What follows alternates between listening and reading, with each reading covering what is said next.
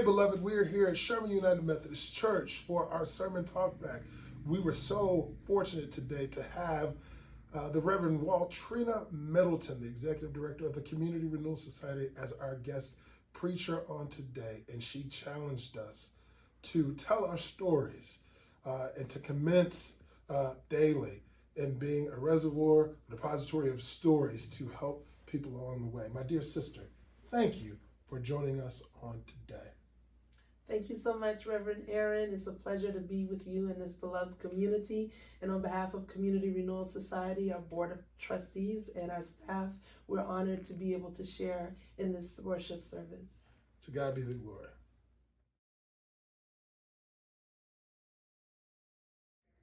I mean, the power of story and memory is just so important because it's a collective memory in many cases.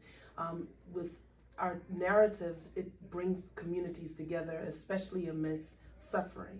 You know, just imagine those who are forced into enslavement and that collective memory that helped them to still remain connected to their roots, their past. And we know that it was effective because we celebrate our legacy and our heritage today. We wouldn't have that if it were not for the passing down of the stories. So I think that collective narrative of remembering can also be a source of healing, a way to make sure that we stay, there's a continuum from the past, the present, and the future. I definitely agree. I think within our tradition of oral communication, oral histories, our stories have been given to us from our ancestors or our elders, and it was a way of holding us accountable to ensure that we were doing the things that we were supposed to do, that we were championing the causes that we were supposed to champion. I'll never forget riding in the church van with my grandmother, Mr. Jim and Miss Leslie, and as they began to debate over the church issues of the day, but more specifically talking about the evolution of what they knew the church to be. But quite honestly, in our context as torchbearers of the Black church, it's how we connect, as you said, history to present, but also allowing us not to forget our responsibility to lift as we climb. We have way more resources at our disposal than our ancestors do, and we have these creature comforts that we could easily absolve ourselves from doing the things that we're supposed to do.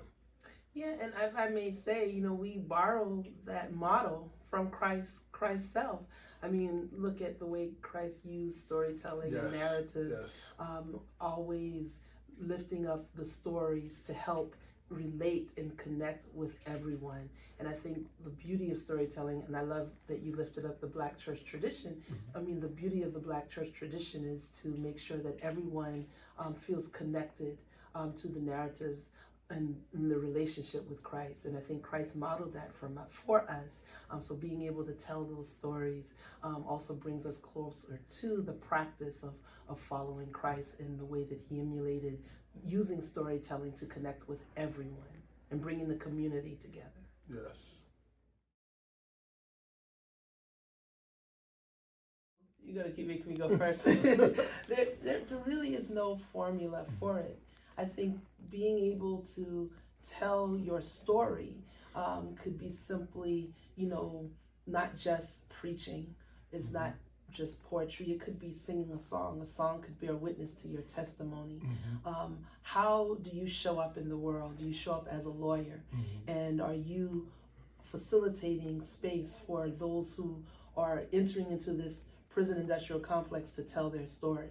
Not just going in, but coming out and their survival and making sure that truth is told and that justice is on their side.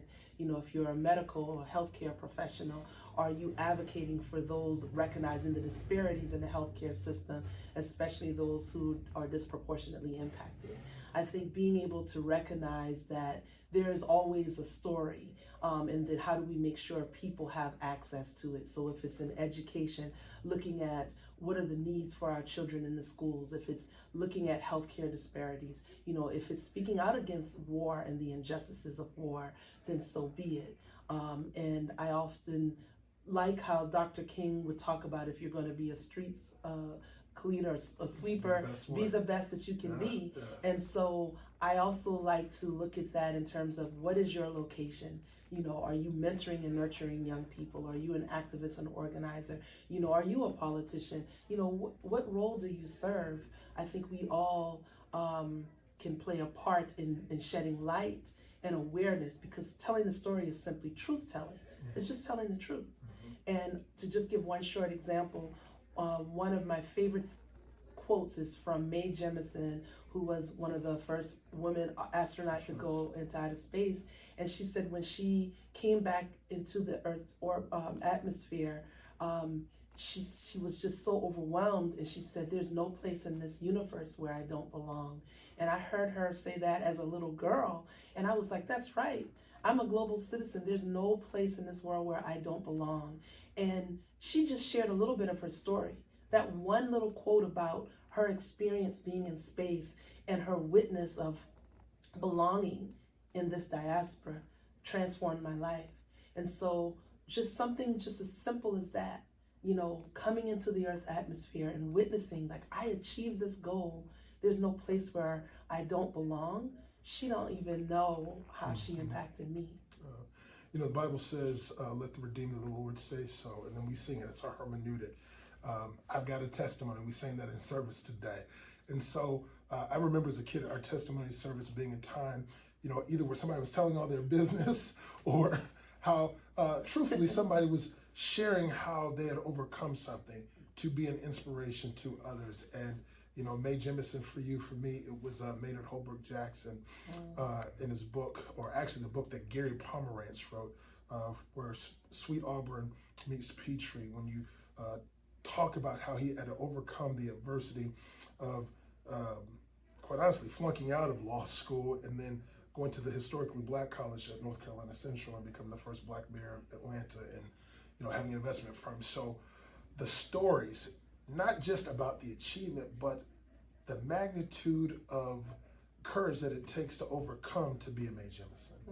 NASA does not want people who look like you and me penetrating the stratosphere. And quite honestly, arguably within the bar associations and within the policy-making houses of our country, they're not excited about a Raphael Warnock or you know, a Will Hall, if you will, speaking truth to power. And so that story, the power of story power becomes very, very, very important when we talk about how God can assist us in being the change that we need to be. Amen. Shay. Sis, today in your sermon, phenomenal challenge to us not to hold on to the scarcity mindset. So I just want to put a plug there for you to go and elaborate more there, because, you know, the us versus them, when we talk about our brothers and sisters who are overcoming the challenges for modern day American, not just immigration policy, but immigration reality. And no one is couching it on the platform the way it needs to be done, the way that you conveyed it today in your sermon. So yeah, I mean, scarcity politics is not new, as you know. Just there's always this narrative that pit communities against one another to suggest that there's not enough. And if they come in, they're going to take the job. If they come in, they're going to take your homes and all of the resources. But we know that that's not true. What we do understand is there is a 1% of the population that holds the majority of the wealth in our world and in our society. And so if we can instead flip that, instead of saying there's not enough for the working class and that we're fighting just to have the bottom of the barrel, and to challenge those in that 1% to be more generous and to distribute those wealth, to be mindful of the Walmarts that moving their production to Alabama so that they're in a red state, so that they will not be held accountable for healthcare benefits and also being responsible employers. If we hold those Amazon executives accountable and to say, how do you make sure that you're giving back to the communities that have enriched you, I think that we would see that there is more than enough. And I was introduced to this whole scarcity politics through Community Renewal Society's work around welcoming our new neighbors. When we see migrant community coming into Chicago, human beings and their bodies being weaponized, where have we seen that before? When we hear about human bodies from the sense of commodity, where have we seen this before?